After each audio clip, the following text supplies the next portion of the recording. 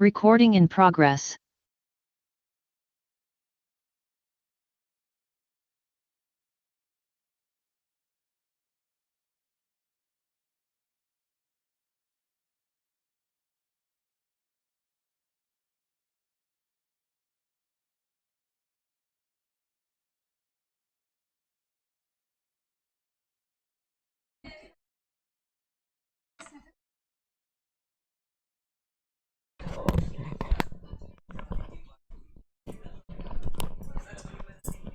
हाँ,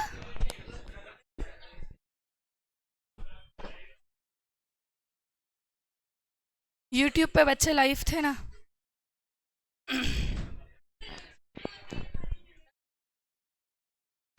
हाँ,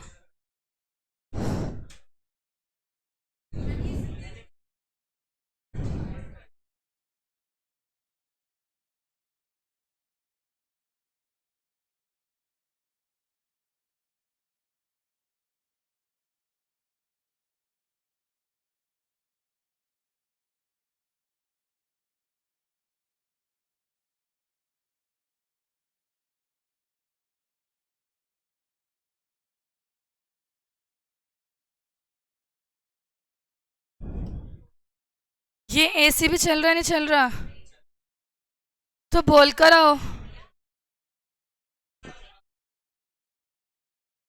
उससे बोलो मैम ने बोला है कि मैम के आने से पहले एसी ऑन हो जाना चाहिए।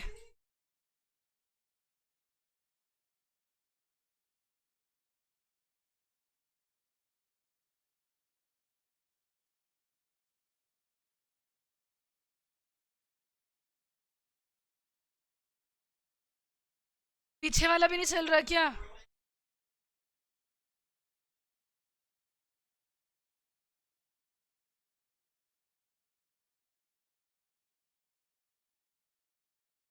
ऊपर से क्रॉस वेंटिलेशन के लिए भी कुछ नहीं है। कोई बात नहीं।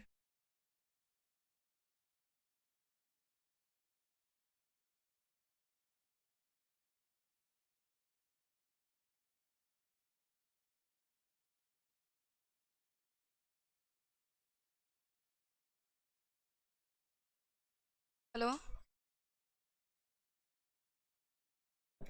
हेलो, गुड मॉर्निंग भैया, एसी तो ऑन करवा दो कम से कम 10 के।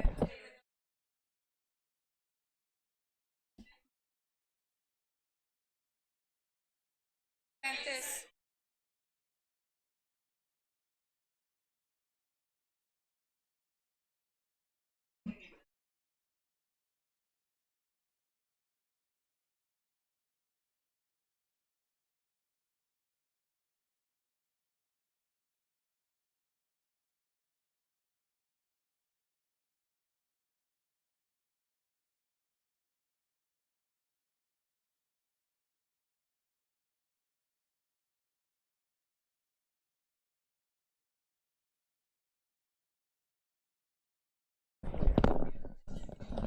तुम लोगों ने एफएम की क्लास कैसे ले ली बिना एसी के?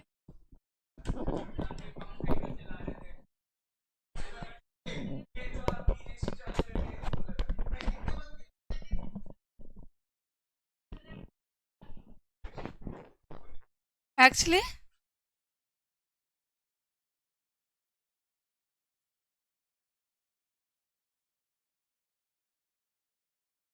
सेम।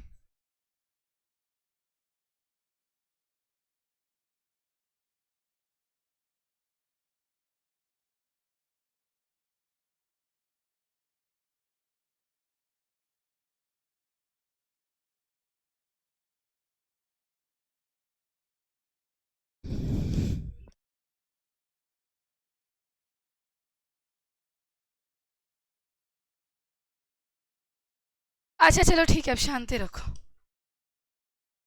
सुबह सुबह मत चालू हुआ करो।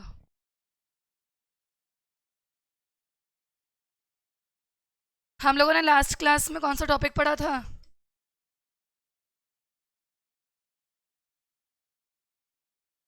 आईओटी में हम लोग एप्लीकेशन एरियाज पढ़ रहे थे ना।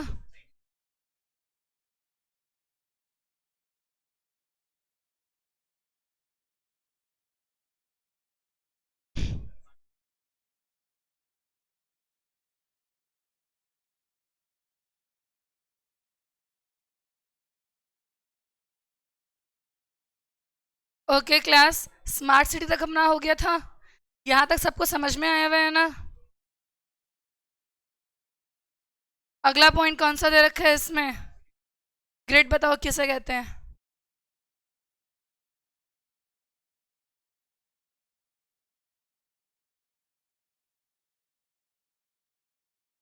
इसको अगर एक्सप्लेन कर सको तो।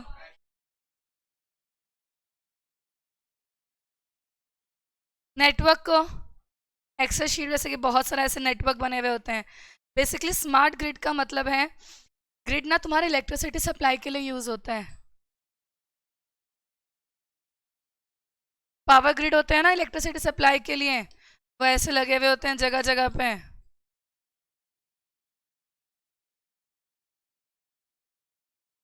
ऐसे कर करके वो अलग अलग जगह तार बिछी हुई होती है, टावर से कनेक्ट कर रखे होते हैं। ठीक तरीके से वो क्या होता है? ग्रिड। अब इन ग्रिड्स को भी क्या बना दिया है? स्मार्ट। स्मार्ट कैसे? ग्रिड क्या करते हैं, इनमें भी सेंसर्स अटैच कर दिए हैं। अब जिस पर्टिकुलर एरिया में ग्रिड लगे हुए हैं, उस पर्टिकुलर एरिया में इलेक्ट्रिसिटी की डिमांड कितनी है, किस स्पीड पर, किस वोल्टेज पे डिमांड की रिक्वायरमेंट है, ये ग्रिड ना उसी वोल्टेज और उसी स्पीड के अकॉर्डिंग क्या करते हैं, ट्रांसमिशन करवाते हैं इलेक्ट्रिसिटी का। से इंडस्ट्रियल एरिया है तो वहाँ के ग्रिड्स को इस हिसाब से प्रिपेयर किया गया कि वहाँ पर ज़्यादा वोल्टेज चाहिए, कि वहाँ पर मशीनरी लगेगी। रेजिडेंशियल एरिया है, वहाँ पे भी आजकल ज़्यादा वोल्टेज लगता है, तो हर 3-3 4-4 कमरों में एसी लगे हुए हैं। तो इस वजह से इसको क्या बोला हुआ है? Smart grids. तो ग्रिड्स को भी हमने क्या कर दिया? Smart grid is another area of IoT technology that stands out. A smart grid basically promises to extract information on the behavior of, ये कंज्यूमर या कस्टमर के बिहेवियर के बेसिस पे इंफॉर्मेशन ले लेते हैं और फिर इलेक्ट्रिसिटी को ऑटोमेटिक तरीके से सप्लाई करके एफिशिएंसी को इम्प्रूव करते हैं। मतलब लेवल देख रहे हो तुम लोग, टेक्नोलॉजी इस लेवल तक यूज़ हो चुकी है कि एक पर्सन के मीटर की नॉलेज को देखकर कि वहाँ पे मीटर में कितने यूनिट कंज्यूम हो रही हैं और किस स्पीड पे कंज्यूम हो रही है, हम एक पर्सन का बिहेवियर और पैटर्न क्या कर रहे हैं, डिसाइड, और उसी के बेसिस पे उसे क्या करते हैं, इलेक्ट्रिसिटी सप्लाई करते हैं। जैसे हम लोग अमेज़ॉन हो गया, फ्लिपकार्ट हो गया, वहाँ पे जो पर्सन जिस चीज़ को सर्च करता है उसके सामने वही चीज़ें ज़्यादा शो करी जाती हैं, होता है ना? तो अमेज़ॉन और फ्लिपकार्ट भी क्या करता है, आपके पैटर्न को डिसाइड करता है। क्लियर है? आज तुम गलती से आ गए क्लास में या फिर कोई और? परसों तो नहीं दिखा मुझे, परसों संडे। हाँ, या कोई स्पेशल रीज़न आज क्लास आने का?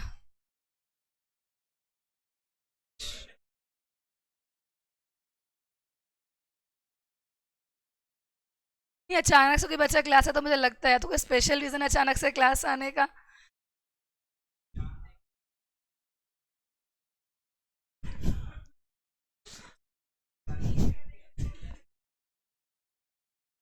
अब तुम लोगों को ज़्यादा पता है, मैं क्या कह सकती हूँ इस बारे में। चलो, इंडस्ट्रियल IoT, तुम लोगों को भोपाल केस पता है, गैस केस? क्या हुआ था? गैस लीक हो गई थी। जिनको नहीं पता उन्होंने फैमिली मैन देखा होगा, उसमें भी लास्ट में क्या होता है, गैस लीक हो जाती है लेकिन वो ब्लास्ट होने से थोड़ा सा बच जाता है, इतना बड़ा हैवी लेवल पे नहीं होता। अब देखो ऐसे ना केसेस हो सकते हैं, तो इन्होंने क्या बोला है, जितनी भी गैस पाइपलाइंस होती हैं ना तुम्हारी, उन सभी गैस पाइपलाइन में सेंसर लगाओ। अगर इतनी सी भी गैस लीक होगी ना तो सेंसर उतने में क्या करेगा, अलर्ट मैसेजेस कर देगा। इवन यू वोंट बिलीव, आजकल तो यहाँ तक IoT है कि जैसे कई बार वैक्सीनेशन हम लोग कोल्ड स्टोरेज में रखवाते हैं। हर वैक्सीन कहाँ रखते हैं? कोल्ड स्टोरेज में, क्योंकि एक पर्टिकुलर माइनस टेम्परेचर के बाद में वैक्सीन क्या हो जाती है, ख़राब होने लग जाती है। तो आप उनको मतलब -10 -15 ऐसे में रखना पड़ता है।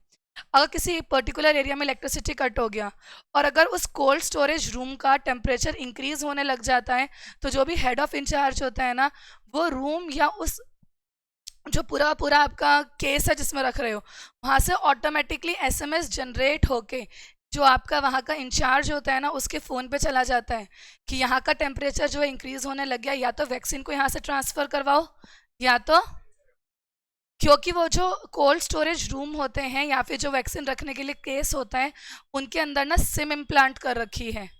जो सिम को इंटरनेट से कनेक्ट कर रखा होता है और वो ऑटोमेटिकली एक ही नंबर उसमें फीड होता है और उस पर ऑटोमेटिकली मैसेज क्रिएट कर देती है कि टेम्परेचर यहाँ तक पहुँच चुका है, अब या तो जनरेटर स्टार्ट करवाओ या फिर वैक्सीन यहाँ से निकालो, अदरवाइज एक आधे घंटे में वैक्सीन खराब हो जाएगी। हाँ हाँ, तो ये वाली चीज़ तो अपने राजस्थान में हॉस्पिटल्स में भी होती है। हर एक कोल्ड स्टोरेज रूम के अंदर एक सिम इम्प्लांट हो रखी है और जो भी वहाँ का इंचार्ज होता है उसके पास तुरंत मैसेज चला जाता है कि यहाँ पे अब वैक्सीन थोड़ी देर में ख़राब होने वाली है, तो बिजली का अरेंजमेंट अब कर लिया जाए। क्योंकि इवन आप मानोगे नहीं, ये टेक्नोलॉजी छोटे छोटे गांव भी है ना हमारे आसपास, वहाँ पे जो सब सेंटर्स होते हैं, तो हर गांव में पीएचसी वगैरह तो होता नहीं है, वहाँ जो सब सेंटर्स होते हैं वहाँ तक ये वाली टेक्नोलॉजी पहुँची हुई है कि तुरंत आसपास में जो भी इंचार्ज होता है उसके पास ये मैसेज क्रिएट हो जाता है।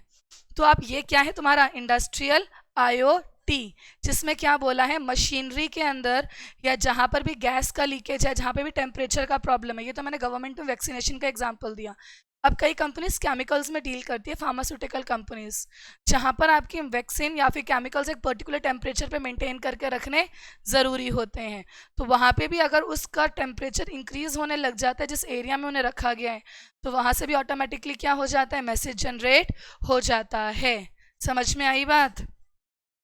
तो क्या लिखा है अब ये, on way to think of industrial internet, आपको कनेक्टेड मशीन्स मिलेंगी, कनेक्टेड डिवाइसेस मिलेंगी, कहाँ पर, इंडस्ट्री में, जैसे पावर जनरेशन, ऑयल और गैस। अगर भोपाल गैस केस के अंदर ऐसी टेक्नोलॉजी होती तो शायद इतना बड़ा केस थोड़े लेवल पर होता, पर इतना बड़ा होने से उसको क्या कर लिया जाता, बचा लिया जाता, वरना आज तक हमारे बुक में एग्जाम्पल्स होते हैं एनसीईआरटी में इसके, तो है ना, तो ये एग्जाम्पल इतना बड़ा नहीं होता अगर वहाँ पे टाइम पे सेंसर्स वगैरह क्रिएट किए हुए होते, मॉनिटर करने के लिए और इम्प्रूव करने के लिए कंट्रोल।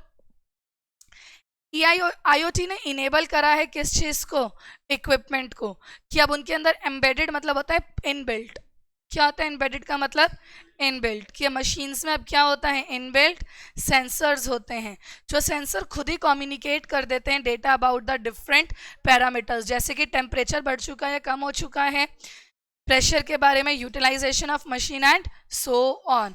कई बार मशीन को बहुत देर तक रन करो ना तो मशीन गर्म होकर ख़राब होने का रहता है, तो अपने मिक्सर के अंदर नीचे की तरफ एक सेंसर होता है, वो मिक्सर ऑटोमेटिकली बंद हो जाता है, अगर कभी तुम लोगों में से किसी ने यूज़ किया हो तो, ठीक है ना, नीचे से बंद हो जाता है अगर तुम मिक्सर को 5 मिनट तक कॉन्टिन्यूसली रन करते रहो तो। इतना भी पुराने का तो पता नहीं, मैंने तो देखा है आजकल जैसे मिक्सर हीटेड होने लगता है ना, थोड़ा सा गर्म नीचे से, उतने में अपना बंद हो जाता है।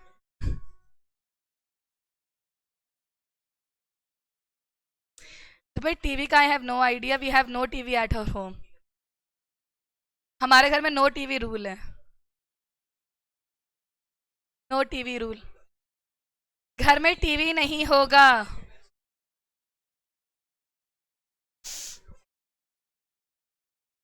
हमारे जितने भी घर है किसी के घर में टीवी नहीं है। एक्चुअली क्या है, हमारे घर में ये माना जाता है, मेरे इन लॉज साइड में, TV is a wastage of time, TV देखने से अच्छा है कोई बुक रीड कर लो या कुछ ऐसा कर लो, इसलिए टीवी है ही नहीं।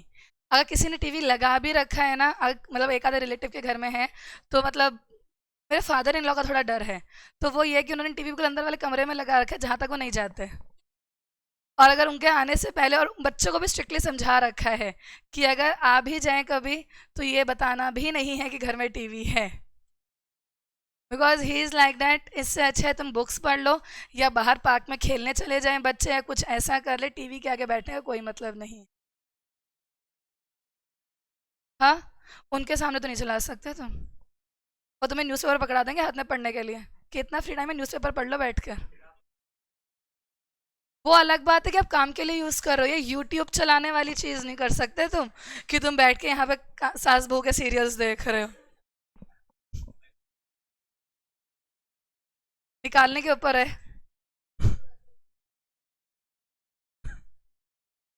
चलो, एक्चुअली हर घर के अपने अपने रूल्स होते हैं, कल्चर। अगला पॉइंट क्या है, कनेक्टेड कार। कनेक्टेड कार में क्या होता है, इंडिया में तो पता नहीं, इंडिया के बाहर ना आज के टाइम पे ऐसी कार होती है जो सेल्फ ड्राइविंग होती है, हमें पता है।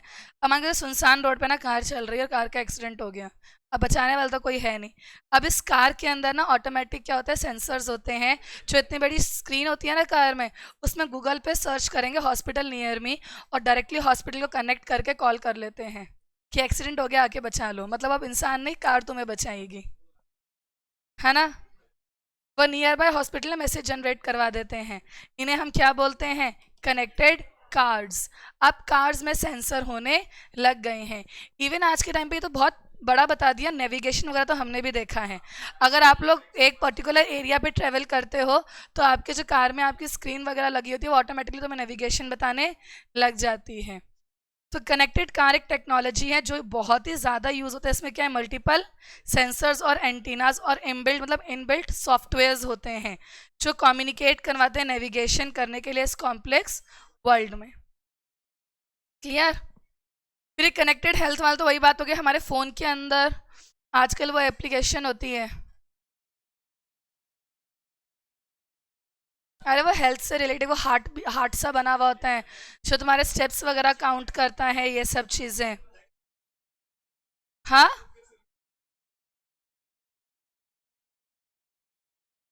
ब्लड ग्रुप बता देते हैं बिना ब्लड ग्रुप टेस्ट करें।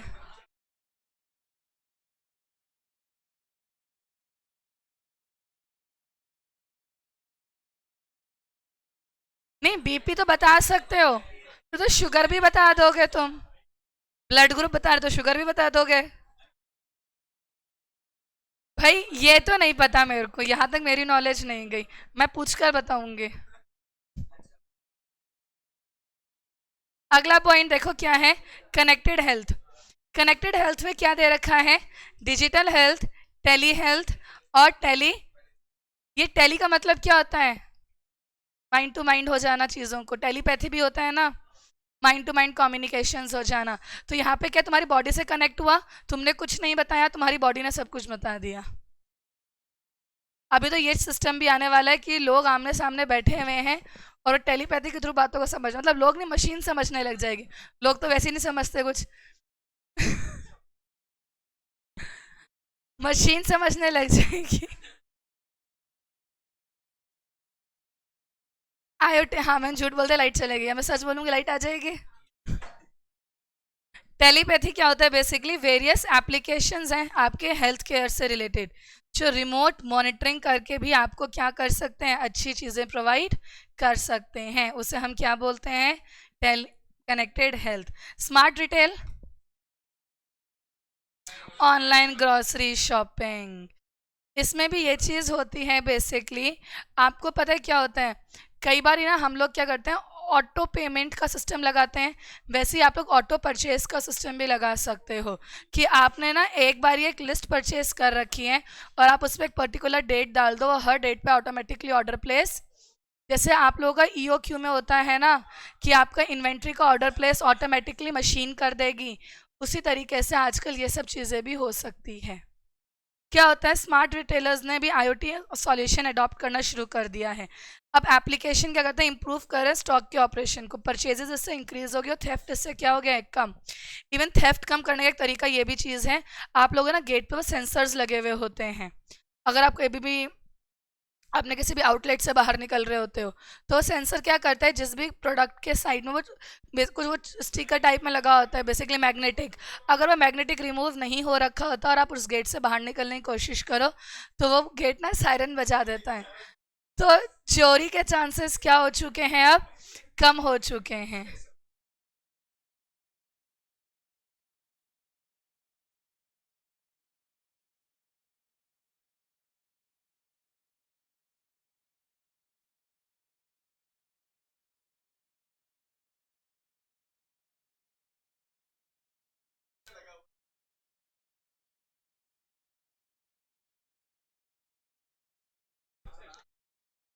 तुम लेकर तो जाते बाहर,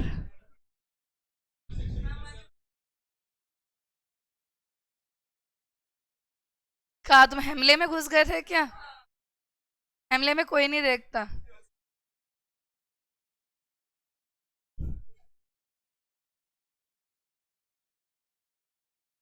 बहुत ही बढ़िया है।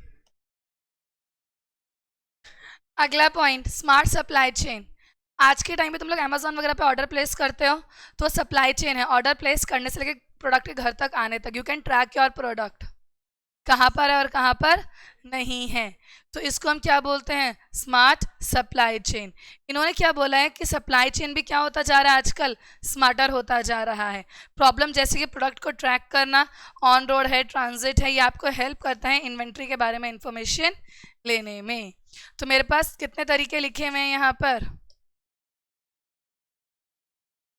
सबसे पहले हमने घर में पढ़ा था, और कोई भी तुमसे 5 पॉइंट पूछ ले तो तुम घर में लिख सकते हो कि घर के अंदर हमने घर की एक्टिविटीज़ को ट्रैक करने के लिए सीसीटीवी कैमरा लगा लिए हैं। फिर तुम लोग क्या कर सकते हो, ऑफिस के अंदर, वेंडिंग मशीन के अंदर और प्रिंट आउट्स पे लगा चुके हैं। गवर्नमेंट किस पे लगा चुका है, स्वच्छ भारत मिशन के लिए डस्टबिन पे लगा चुके हैं। वियरेबल्स हो गया, एक इलेक्ट्रिसिटी सप्लाई हो गया। इंडस्ट्रियल IoT भी याद रहेगा कि टेम्परेचर को, प्रेशर को कनेक्टेड कार भी याद रह सकता। कोई मतलब मुश्किल वाली चीज़ तो नहीं है। वैसे पेपर में क्वेश्चन आ गया, इस बार आने के चांसेस 0.99% ही है, क्योंकि EIS SM में पिछले 2-3 अटेम्प्ट्स तक क्वेश्चन रिपीट नहीं होते।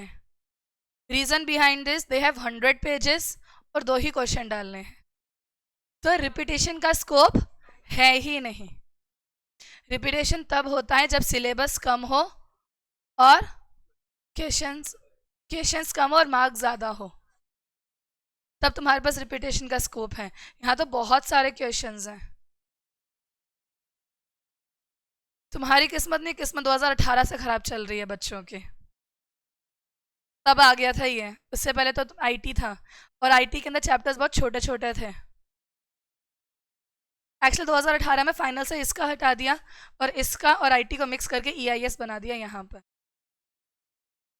नहीं, फाइनल में बच्चों के लिए कुछ और बनाया था, क्योंकि फिर इलेक्टिव पेपर लेकर आए थे। ओपन बुक बहुत आसान नहीं होता, दिमाग खराब हो जाता है जब तक बुक को 4 बार ना पढ़ रखा हो ना। और एक बात, जब तुम्हारे पास सामने बुक को तुम्हें तो ये भी लिख देते हैं, ये भी लिख देते हैं, ये भी लिख देते हैं। और केस स्टडी बेस्ड क्वेश्चन आते हैं, बच्चों को समझ ही नहीं आता टॉपिक कौन सा है, तो लिखोगे क्या क्लास। अगला टॉपिक, रिस्क क्या है IoT के। अब देखो IoT के ना रिस्क दे रखे हैं। रिस्क हम लास्ट वाले रिस्क से शुरू करेंगे। सबसे लास्ट रिस्क क्या दे रखा है, एनवायरमेंटल रिस्क। एक बात बताओ, तुम जितना ज़्यादा मशीन यूज़ करो उतना ज़्यादा ना मेटल यूज़ हो रहा है। क्या हो रहा है, अभी मैंने कुछ टाइम पहले मैंने न्यूज़ में सुना था कि नासा ने कहा था कि मेटल इतना ज़्यादा हो चुका है अर्थ पर कि अर्थ तो उसे डिकम्पोज करता नहीं है, तो इसे स्पेस में डंप करना पड़ रहा है। मतलब जस्ट इमेजिन, स्पेस में तुम्हारी सैटेलाइट घूम रही है, स्पेस में तुमने मेटल भी डाल रखे, दोनों आपस में भिड़ गई। मतलब हम लोगों के अर्थ में तो ये लेवल है कि तुम लोग अब कितना इसमें कचरा और डालोगे, हमें कचरा कहाँ डालने जाना पड़ रहा है, स्पेस में। हाँ, स्पेस को भी नहीं छोड़े, क्योंकि वहाँ पे टेम्परेचर थोड़ा हाई ज़्यादा है, तो उनको लगता है कि वो जल्दी डिकम्पोज हो जाएगा, और ग्रेविटेशनल फोर्स की वजह से वो हवा में उड़ता रहेगा कचरा, तो रखने के लिए जगह भी नहीं चाहिए, क्योंकि अर्थ तो इस चीज़ को डिकम्पोज नहीं कर सकता। तो स्टडीज़ ने ये बात रिवील करा है बेसिकली कि एनवायरमेंटल रिसोर्सेज जैसे कि तुम्हारे एयर क्वालिटी हो गई, सॉइल क्वालिटी हो गई, ये सब क्या होती जा रही है, खराब, क्योंकि तुम लोग क्या यूज़ कर रहे हो, हैवी अर्थ मेटल। जितनी ज़्यादा टेक्नोलॉजी इंक्रीज़ हो रही है उतना ज़्यादा तुम्हारा मेटल इंक्रीज़ हो रहा है, और जितना ज़्यादा मेटल का यूज़ होगा उतना ही उसे डिकम्पोज करना मुश्किल। हम लोग अचानक से इतनी गर्मी कैसे लगने लग गई, इसका रीज़न कहीं ना कहीं यही है, क्योंकि हर कोई अपने घर में AC यूज़ कर रहा है, ये सब यूज़ कर रहे हैं, तो ये आपके गर्म जो एयर होती है वो बाहर निकलती है, तो उससे बाहर का टेम्परेचर बढ़ जाता है। बाहर का टेम्परेचर बढ़ेगा तो गर्मी का लेवल, तो एक AC से काम करना खत्म। वरना एक टाइम वो भी था जहाँ लोग बिना AC के काम चला रहे थे ना, और हाथ वाले पंखे के लिए तो लेवल चाहिए हाथ से पंखा हिलाने के लिए भी। कोई डेफिनेटिव डेटा भी नहीं है कि किस तरीके से आप इसको क्या कर सकते हो, यहीं तक पॉइंट कर लेना कि आप इसको अब डिकम्पोज कर सकते हो। तो सबसे बड़ी प्रॉब्लम टेक्नोलॉजी के किस में आ रही है, एनवायरनमेंट पे। दूसरी प्रॉब्लम, टेक्नोलॉजिकल रिस्क।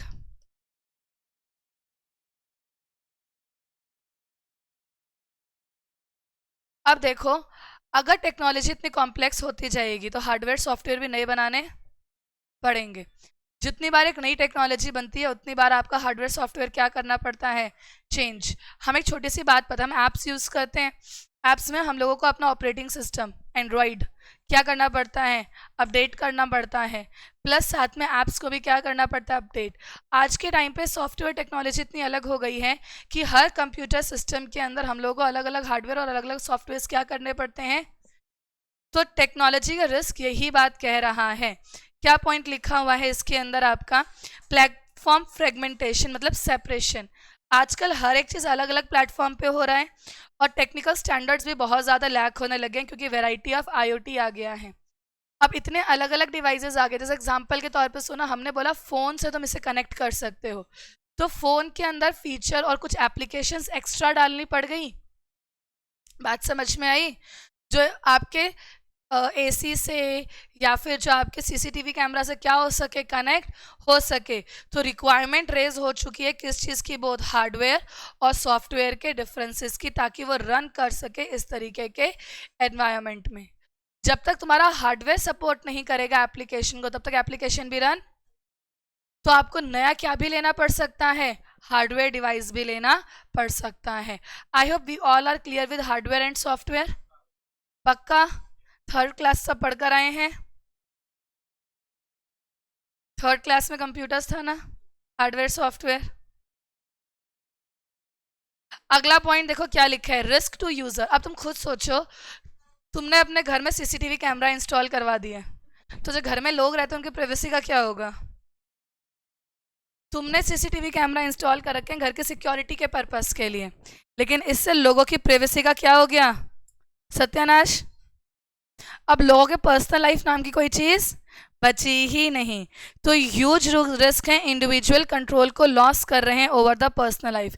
कि पहला पॉइंट हमने एप्लीकेशन में क्या पढ़ा था कि आप सीसीटीवी कैमरा इंस्टॉल कर कर घर की एक्टिविटीज़ पे कंट्रोल, ये फ़ायदा था। तो रिस्क क्या है इसका कि लोगों की पर्सनल लाइफ क्या हो चुकी है, खत्म। आजकल लोगों की पर्सनल लाइफ हैक होकर से पब्लिक कर दिया जाता है, 2 मिनट में यूट्यूब पे वीडियो वायरल। अगला पॉइंट किसका है, सिक्योरिटी। देखो सिक्योरिटी इसी चीज़ से रिलेटेड है। अगर ऑफिस के अंदर, घर के अंदर हर एक डिवाइस ना किससे कनेक्टेड है, इंटरनेट। हमें पता है जहाँ इंटरनेट है वहाँ हैकिंग के चांसेस बढ़ जाते हैं। अगर तुमने अपने घर के सीसीटीवी कैमरा लगा रखे, इंटरनेट से कनेक्ट करके अपने फ़ोन में कनेक्शन ले रखा है, तो कोई भी उन सीसीटीवी कैमरा में नेट के थ्रू हैकिंग करके सीसीटीवी कैमरा का एक फुटेज अपने पास भी ले सकता है। मूवीज़ में हम लोग यही देखते हैं ना कि हमने सीसीटीवी कैमरा को हैक कर लिया, वहाँ पर जो भी होगा हमें पता चलता रहेगा। घर में टीवी नहीं है but I am updated, phone तो है हमारे पास। नहीं, सीए करते करते टाइम ही नहीं मिलता टीवी देखने का। और आजकल टीवी पे क्या था, हर बच्चे को अपना नेटफ्लिक्स वगैरह ही देखना होता है, तो टीवी पे कोई रिचार्ज भी नहीं करवाता। या तो तुम रिचार्ज करो, सब घर वाले साथ में बैठ के नेटफ्लिक्स देखो और वैम्पायर डायरीज देखो उस पर बैठ कर। इससे अच्छा सब अपने अपने फ़ोनों में देख लो। वही बात है कि वो किसी को देखनी भी नहीं है, और सास बहू के सीरियल्स में स्टोरीज अच्छी नहीं आती, वही कलेश। और वो ख़त्म भी नहीं होते 7-7 8-8 साल तक। मैंने सीए करते वक्त ना सारे टीवी सीरियल्स देखे हैं, फिर भी मैनेज कर रखा था मैंने टाइम को।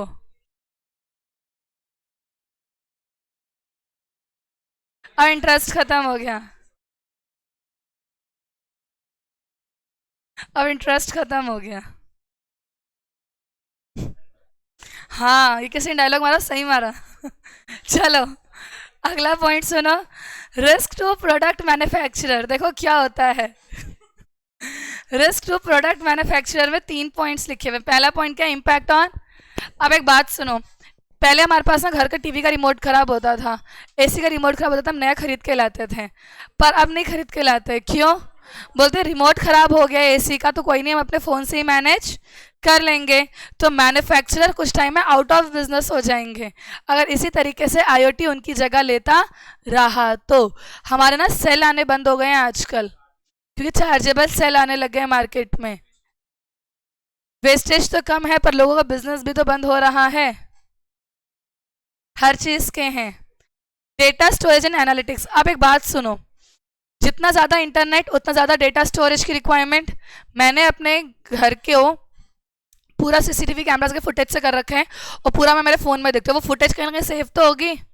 अब उस डेटा को स्टोर करने के लिए तुम्हें जगह चाहिए, फिर तुम क्लाउड पे स्पेस लोगे, फिर तुम्हारा फिर से क्या चीज़ इंक्रीज हो गई, टेक्नोलॉजी का यूजेज इंक्रीज हो गया, प्लस आपने क्लाउड पे डेटा डाल दिया, और डेटा सेफ है या नहीं है किसे पता, क्योंकि क्लाउड को डायरेक्टली मैं कंट्रोल और मॉनिटर वो थर्ड पार्टी करती है। क्लाउड कंप्यूटिंग का टॉपिक है, तब डिटेल में पढ़ेंगे। थर्ड पार्टी में कौन पड़ता है, बेसिकली जो तुम्हें सर्विसेज प्रोवाइड करवा रहा है। फॉर एग्जांपल हम लोग तुम्हारा AWS यूज़ करते हैं, अमेजॉन वेब सर्विसेज, तो उस पर कंट्रोल हम लोगों का अमेजॉन वालों का है। तो MCC की क्लासेस अभी टेम्पर हो भी गई तो हम कुछ कह नहीं सकते, क्योंकि वो किसके कंट्रोल में है, हमारे कंट्रोल में। किसके कंट्रोल में है वो, अमेजॉन के कंट्रोल में है। समझ में आई बात। तो manufacturers are need to ensure कि जो इतना डेटा जनरेट हो रहा है वो डेटा क्या भी रहना चाहिए, सिक्योर। हैकिंग और लूजिंग ऑफ डेटा होना बहुत इजी है। Last point, intentional obsolescence of device. ये चीज़ तो हम भी जानते हैं। पहले हमारे पास पुराने फ़ोन आते थे जिसमें फीचर्स कम थे, स्मार्टफोन्स, फिर धीरे धीरे नए फीचर्स वाले स्मार्टफोन आने लगे। फिर क्या कहने लगे कि इस फ़ोन तक हम लोग ऑपरेटिंग सिस्टम मतलब OS का अपडेट देंगे ही नहीं, और जैसे जैसे OS का अपडेट आना बंद हो जाता है वैसे वैसे वो डिवाइस काम करना भी, तो वो जानबूझ के अपने पुराने डिवाइसेस को आउटडेटेड कर देते हैं ताकि मार्केट में जो नया डिवाइस आ रहा है लोग उसको परचेज करें। कई बार क्या होता है, हमारा फ़ोन बिल्कुल नया जैसा पड़ा है लेकिन उसमें अपडेट्स आनी क्या हो चुकी हैं, जिसकी वजह से आप अपने काम को अपडेटेड परफॉर्म, एप्लीकेशन ही रन होनी बंद हो जाती हैं। तो ये मैन्युफैक्चरर्स ने जानबूझ कर किया। क्यों किया, ताकि जो नए स्मार्टफोन्स निकाल रहे हैं, जो नए डिवाइसेस निकाल रहे हैं, वरना वो खरीदेगा कौन। तो ये रिस्क तो कस्टमर के पॉइंट ऑफ व्यू से लिखा हुआ है। Companies want to bring new product, तो वो फोर्स करते हैं यूज़र को डंप करने के लिए, किसको, अपने ओल्ड प्रोडक्ट्स को, सो डैट वो डिसेबल हो जाएंगे। पुराने के ऑपरेटिंग सिस्टम को क्या कर देते हैं, जिसके लिए वो डिसेबल कर देते हैं कि वो रन होगा ही नहीं। इवन एक प्रॉब्लम और भी है, manufacturer is bought out by another manufacturer, the buyer does not support old product sold. अगर एक कंपनी को दूसरी कंपनी ने खरीद लिया है तो जो पुरानी वाली कंपनी के प्रोडक्ट्स है उसको भी कोई सपोर्ट करने। फॉर एग्जांपल नोकिया ने किसको परचेज, नोकिया माइक्रोसॉफ्ट के साथ में आके विंडोज़ के फ़ोन बनाने लग गया था, तो जिसके पास में पहले से माइक्रोसॉफ्ट नोकिया के फ़ोन थे, क्या उनके पास कोई कस्टमर केयर बचा था? अगर फ़ोन ख़राब हो गया तो कहाँ जाएंगे? माइक्रोसॉफ्ट वाले भी उनके प्रोडक्ट को इतना एंटरटेन, फिर वो क्या बोलेंगे, हम किनके प्रोडक्ट को एंटरटेन करेंगे, माइक्रोसॉफ्ट वालों को। तो ये चीज़ भी होती है, अगर एक मैन्युफैक्चरर को दूसरे मैन्युफैक्चरर ने खरीद लिया तो ओल्ड प्रोडक्ट को सपोर्ट मिलना क्या हो जाता है, वो ओल्ड के सपोर्ट को बंद करेंगे तभी तो नया प्रोडक्ट बिकेगा। क्लियर है। और हमारे 2 टॉपिक हुए इस चैप्टर के खत्म। अच्छी है EIS। ये अभी रटने वाले टॉपिक तो शुरू नहीं हुए हमारे, ठीक है। अब आओ पेज नंबर 93 पे और मुझे समझाओ बच्चों Web3 क्या होता है। क्या हुआ, ये तो उड़ गया सारा।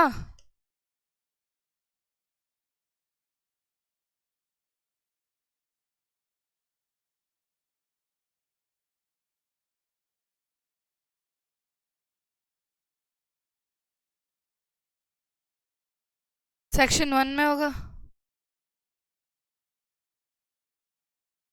चलो कोई नहीं, कभी भी कहीं पे ही पढ़ा लेंगे, अपना क्या जाएगा। अब बताओ Web 3.0 क्या होता है, किसी को नॉलेज? तुम सब यूज कर रहे हो डे टू डे लाइफ में ना। अब मैं ना पहले Web 1.0 समझूंगी, फिर Web 2 समझूंगी, फिर Web 3 समझूंगी, ठीक है। बेस बन जाएगा Web 1। जब इंटरनेट सबसे पहले इस दुनिया में आया था सबके साथ Web 1 के साथ आया था, www डॉट, ठीक है।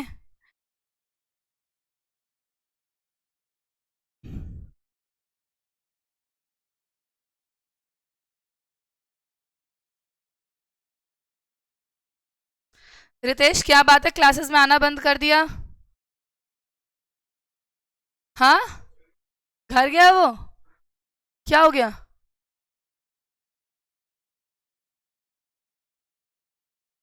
पीजी में रहता था ना यहाँ पे, चलो दिवाली पे घर जाना तो था ही।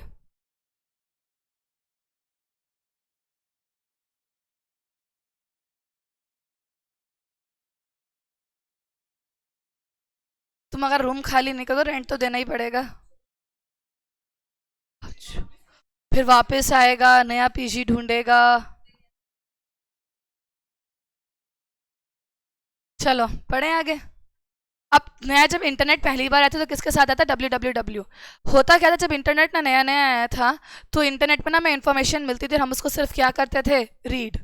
सो एक्टिव कितने लोग थे, सिर्फ एक, जो इन्फॉर्मेशन को अपडेट कर रहे हैं। ये चीज़ आज भी तुम लोग ICAI में देख रहे हो। ICAI ने नोटिफिकेशन निकाली, सिलेबस चेंज कर रहे हैं, पेपर प्रीपोन कर रहे हैं, पोस्टपोन कर रहे हैं। तुम अपने आप में गुस्सा दिखाने के अलावा कुछ नहीं कर सकते हैं, क्योंकि एक्टिव सिर्फ कितने लोग हैं, एक। उसमें लिखी हुई चीज़ को सिर्फ वही चेंज कर सकता है, कोई और चेंज। उसको हम क्या बोलते हैं, Web 1।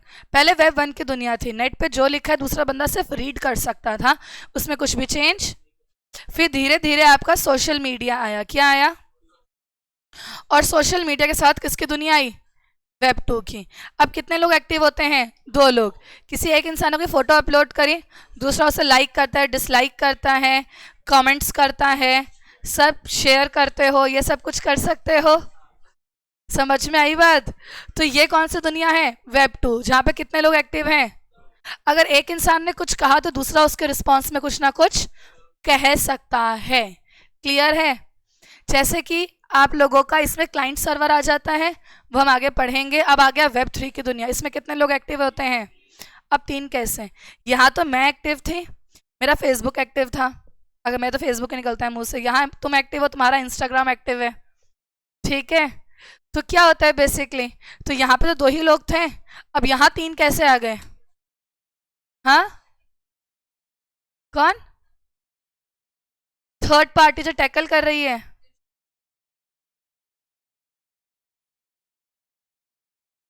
अब एक बात को ध्यान से सुनो, मैं ना अमेजोन पर ना आईफोन देख रही थी, लेट्स से, ठीक है। अब क्या हुआ, मैंने सिर्फ देखा, मैं 2-3 दिन से देख रही थी, अचानक से मेरे पास फ़ोन आया, फिर फ़ोन मैंने कट कर दिया, फिर ना ट्रू कॉलर का वो नोटिफिकेशन आता है, उसके नीचे आईफोन के ऐड। मतलब ये बात तो मेरे और अमेजोन के बीच की थी ना, 2 लोग, ये आईफोन कहाँ से आ गया। ये वो थर्ड पार्टी है जो 3 लोग आ गए अब तुम्हारे काम में। ये Web 3 की दुनिया, जहाँ पे अब कोई भी बात तुम्हारे और तुम्हारी एप्लीकेशन के बीच की नहीं रही। वो बात सबको पता है, क्यों, जब तुमने ट्रू कॉलर को इंस्टॉल किया था तब तुमने अलाउ अलाउ अलाउ किया था। क्या मैं तुम्हारे फ़ोन का एक्सेस कर सकता हूँ, बिल्कुल। क्या मैं तुम्हारी गैलरी का एक्सेस कर सकता हूँ, बिल्कुल। ऐसे ही जब तुम लोगों ने अमेजोन पे कोई चीज़ पसंद करी है तो तुम्हें इंस्टाग्राम, हर यूट्यूब, इवन हर क्रोम पर भी तुम न्यूज़ पढ़ रहे हो ना, तो बीच में छोटे छोटे ऐड आ जाएंगे उसके, वो तुम्हें टेम्प्ट करते हैं कि वो चीज़ तुमने देखी थी तुम भूल गए खरीदना, खरीदो फटाफट से जाके, खरीदो। अब इसमें क्या होता है, जो थर्ड एप्लीकेशन है ना, अगर तुम इसके थ्रू टच करके उस ऐप में जाओगे तो उस एप्लीकेशन को कमीशन मिलता है। और अगर तुमने उसको परचेज कर लिया उस ऐप के थ्रू टच करके, मतलब अगर मैं ट्रू कॉलर पे टच करके आईफोन वापस देखने गई तो आई ट्रू कॉलर को क्या मिलेगा, कुछ कमीशन मिलेगा। और अगर मैंने उसको टच करके उसे परचेज करा तो उसे कमीशन ज़्यादा मिलेगा। हाँ, तो यहाँ पे कितने लोग आ गए अब। तुम लोगों ने बात अपनी डे टू डे लाइफ में देखी है ना, तो कहीं पे कुछ भी देखते हो वो तुम्हें हर जगह दिखता रहता है। वो सिर्फ इसलिए ताकि वो एप्लीकेशन तुम्हें ना एक तरीके से माइंड के साथ खेलने लग जाती है। कोई चीज़ तुम भूलना भी चाहो तो,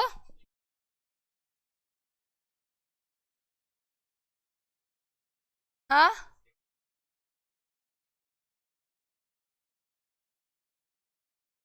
अच्छा,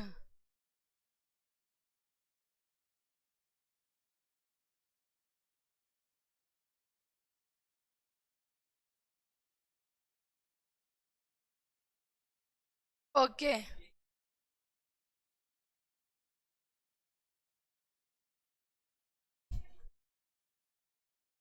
अब Web 3 देखो क्या हुआ।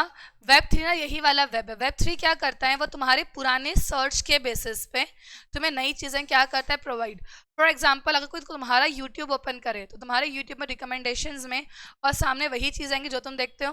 तुम तुम्हारे मम्मी का यूट्यूब ओपन करो तो उनकी चीज़ों में वही आएंगे जो वो देखते हैं। क्लियर है।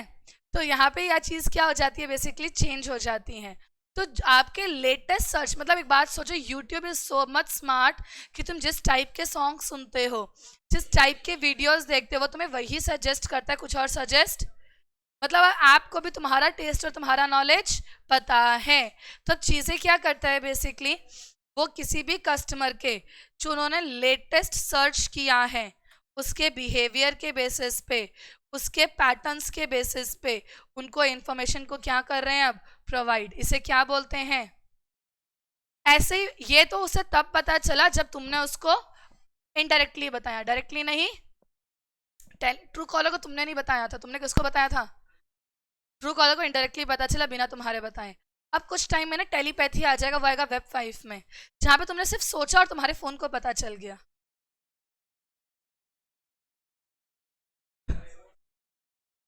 4 3 के जैसा ही है। कह ही दिया रिया ने कि गड़बड़ हो जाएगी फिर तो। मैं कुछ भी सोच रही हूँ और एक बात बताओ, जब टेलीपैथी में माइंड टू माइंड कम्युनिकेशन होगा तो पर्सनल बचा क्या, खुद सोचो। फिर कुछ भी पर्सनल जैसी बात नहीं रहेगी। एटलीस्ट अभी एक इंसान अपनी बातों को अपने दिमाग में कंट्रोल तो कर लेता है, नहीं बताना होता तो बाद में तो वो सिस्टम भी खत्म।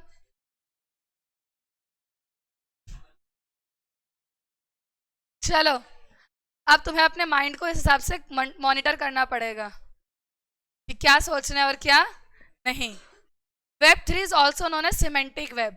सिमेंटिक का मतलब होता है इंटेलिजेंट। क्या होता है सिमेंटिक का मतलब, आज के टाइम पे वेब इंटेलिजेंट है क्योंकि उसको तुम्हारे बारे में सब कुछ। Describe the sites. Web 3 describe करता है sites where in computer will generate raw data. What is raw data, basic information.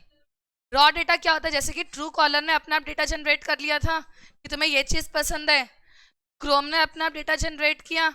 यहाँ पे इनका मतलब क्या है, साइट्स से इनका मतलब है अलग अलग एप्स जो तुम क्या कर रहे हो, यूज। ये कहना चाहते हैं ट्रू कॉलर ने और आपके अमेजोन, इन्होंने अपने आप डेटा क्या किया, जनरेट किया ऑन देयर, बिना यूजर के डायरेक्ट। बात समझ में आई, यूजर ने डायरेक्टली बताया ही और उन्होंने ऑटोमेटिकली डेटा को क्या कर लिया, जनरेट कर दिया कि तुम्हें यही चीज चाहिए होगी क्योंकि तुम यही देखते हो। समझ में आई बात। तो YouTube पे तुम जो देखोगे तुम्हें वही सजेशंस देंगे, तुम जैसे YouTube ओपन करो तुम्हारे सामने लेटेस्ट वही आएगा। तो अब अगर तुम अपनी हिस्ट्री भी डिलीट कर दो ना तो कोई बड़ी बात नहीं है। क्यों, क्योंकि क्योंकि तुम्हारा क्योंकि तुम्हारे स्क्रीन को देख के ही पता चल जाएगा कि वीडियोस वही ऊपर आ रखी होंगी जो तुम देखते हो।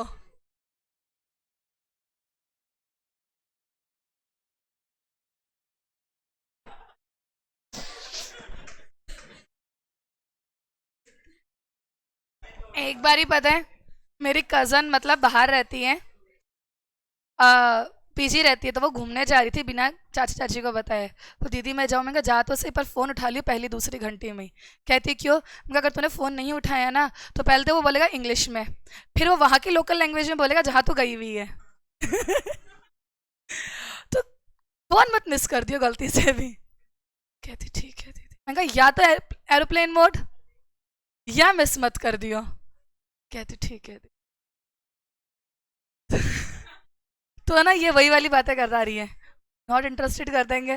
मतलब इसके सिबलिंग्स बहुत खुश होंगे इससे, कोई भी दिक्कत तो रिया दीदी के पास जाओ, अच्छे अच्छे आइडियाज देगी। हाँ,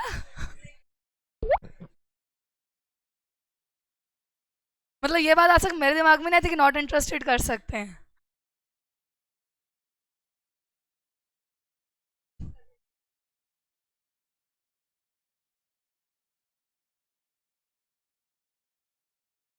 ठीक है ना, चलो आगे देखो क्लास। वेब 3 क्या है, वही तो फायदा है। अभी ये नॉलेज तूने मेरे को दी, एक नॉलेज मैंने तेरे को दी कि फोन जरूर उठा लेना दूसरी तीसरी घंटे, तो फोन कटना नहीं चाहिए। और ना ही तुम फोन काट देना। वो एक बार तो इंग्लिश में बोलेगा, अगली बार लोकल लैंग्वेज में बोलेगा। अगर तुम राजस्थान में हो तो फिर ना वो तुम्हारे पहले तो वो तुम्हें इंग्लिश में बोलेगा, the number you are trying to call is not currently available, you are not answering your call. फिर वो बोलेगा मारवाड़ी में इसी लाइन को। हिंदी भी बोलेगा लेकिन लोकल लैंग्वेज भी यूज करेगा। मेरी कजन ना बैंगलोर रहती है, तो इंग्लिश के बाद ना वो जो वहाँ की लैंग्वेज है, वो मुझे नहीं पता वो मलयाली है कर्नाटक कौन सी है, वो उस लैंग्वेज में ज़रूर बोलता है। मैंने कहा अगर तू इस एरिया से बाहर जा रही है ना तो फ़ोन ज़रूर उठा लियो। She was going to Goa, मैंने कहा फ़ोन ज़रूर उठा लियो, क्योंकि वो मलयाली तमिल जो भी लैंग्वेज है, अगर वो नहीं बोला ना तो घर वालों को पता चल जाएगा कि लैंग्वेज कैसे बदल गई। सिम कहाँ की है? दिल्ली की। बोल तो वहाँ की लैंग्वेज रहे।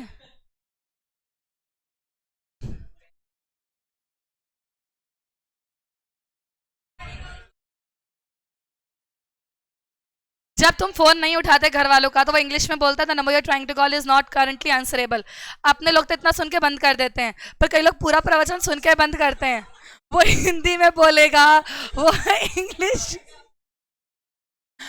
फिर अगर तुम्हें कभी किसी में डाउट हो रहा हो ना तो लोकल लैंग्वेज तक सुनना।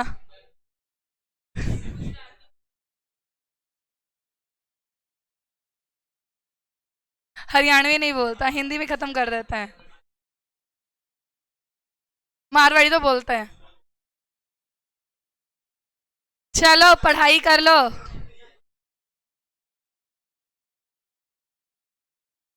तो ये सब चीजें थोड़ा अप टू डेट रहने वाली बातें हैं, ध्यान रखेंगे ना आगे से। वेब 3 कौन सी वेब है? हम भी यहां से यहां पहुंचे हैं ना।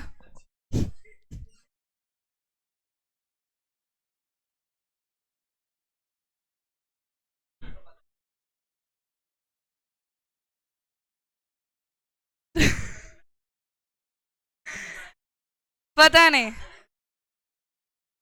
क्या होता है बेसिकली। जब आप लोग कुछ खुराफाती प्लान करते हो then you have to think to the extremist level. अगर तुम चाहते हो कि तुम्हारा फ्रॉड पकड़ा ना जाए तो you have to think to the extremist level.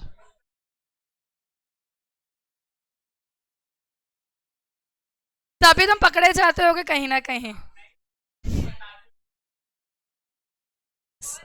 चलो वेब 3 क्लास हम लोग ना आईटी पढ़ रहे हैं, तो ईआईएस पे ही आ जाओ वापस। पेपर में ये सब नहीं आएगा, पेपर में ये लैंग्वेज लिख कर आनी है। वेब 3 क्या है? वेब 3 सिमेंटिक वेब, जो डिस्क्राइब क्या करता है कि कंप्यूटर अपने आप से रॉ डेटा जनरेट, तुम्हें उसको कुछ भी बताने की जरूरत नहीं है। वेब 3 नेक्स्ट लॉजिकल स्टेप है किसकी दुनिया में? और वेब टेक्नोलॉजी की दुनिया में। बेसिकली इस पर शॉर्ट नोट आता है, तो पहले तो शॉर्ट नोट को यहां से लेकर यहां तक का पैराग्राफ लिखेंगे, मार्क किया। उसके बाद में आगे चलो, अंडरलाइन कॉन्सेप्ट। अंडरलाइन कॉन्सेप्ट में क्या बोला है? वेब 3 यूज करता है सिमेंटिक वेब टेक्नोलॉजी, मतलब इंटेलिजेंट वेब टेक्नोलॉजी। ये क्या करता है? बेसिकली ड्रैग करता है, ड्रॉप करता है मैशअप्स, मतलब जो चीज़ें तुम देख रहे हो, यूजर के बिहेवियर को समझता है, उसके एंगेजमेंट को देखता है। इवन तुम्हारा फोन ना तुम्हें बताता है तुम कितने घंटे कौन सी एप्लीकेशन यूज करते हो, तो तुम्हारा यूजर का एंगेजमेंट कि तुमने 5 घंटे सोशल मीडिया यूज किया था, इतना ये करते हो। और कंसोलिडेट करता है आपके वेब कंटेंट को depending upon the interest of individual, तो वो तुमको वही वेब कंटेंट प्रोवाइड करेगा जो तुम्हारे इंटरेस्ट से रिलेट करता है। इस वजह से वेब 3 को हम क्या भी बोलते हैं? डेटा वेब टेक्नोलॉजी, जो आपको क्या बताता है? बेसिकली इनकॉर्पोरेट करता है आपके लेटेस्ट रिसर्च को in the field of artificial. समझ में आई? तो अब तुम्हें सारा काम कौन दे रहा है? वेब 3 दे रहा है। अब इसके दो कंपोनेंट हैं। पहला कंपोनेंट तो कौन सा लिखा हुआ है? सिर्फ 1 मिनट का टाइम दे दो। Semantic web, it is same as web 3.0। अब अगला कौन सा है? अब सुनो, वेब सर्विसेज क्या होता है? इंस्टाग्राम ने ना किसको बताया था? ट्रू कॉलर को। या अमेजोन ने किसको बताया? ट्रू कॉलर को। ये ना एप्लीकेशन टू एप्लीकेशन बातें नहीं होती, ये सर्वर टू सर्वर बातें होती हैं। सर्वर समझते हो? इंस्टाग्राम का ट्रू सबका एक सर्वर होता है ना, ये एक सर्वर से दूसरे सर्वर पर इंफॉर्मेशन जाती है, और सर्वर कुछ और नहीं कंप्यूटर्स को ही कहते हैं। तो वेब सर्विसेज में क्या लिखा है, सॉफ्टवेयर सिस्टम है जो सपोर्ट करता है कंप्यूटर से कंप्यूटर का ओवर द इंटरनेट। एक कंप्यूटर दूसरे कंप्यूटर से क्या कर रहा है, अब बातचीत, और बात करके उसको बता रहा है कि नहीं नहीं नहीं, इस पर्सन को ये वाली चीज ज्यादा पसंद है। समझ में आई बात? बस यही हमारी बात हुई खत्म। नीचे वेब 4 के बारे में लिखा है कि वेब 4 भी कुछ बड़ा नहीं है, वो क्या है, जहां पे ये क्या कर रहा है, सेल्फ लर्न। बस एमसीक्यू के लिए ध्यान रखना, जो वेब 5 है वो कौन सा आएगा, जो 2030 तक आ जाएगा। अभी 2000 क्या चल रहा है, 8 साल बाद जब तुम मेरी जगह पे पहुंचोगे तो तुम्हें किसी को बताने की जरूरत नहीं है, वो तुम्हारे दिमाग से बातें पढ़ लेगा।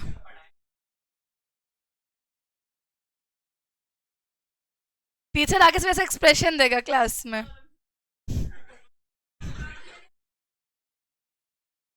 ठीक है, मतलब तुम्हें क्लाइंट को प्रेजेंटेशन नहीं देनी, एक्सप्रेशन दे देना, वो समझ जाएंगे। क्या कह रहे, वो तो तुम मुश्किल से सीखोगे, तुम्हें ना लड़कियों से क्लासेस लेनी पड़ेगी, एक्सप्रेशन देने वही अच्छी होती हैं क्योंकि।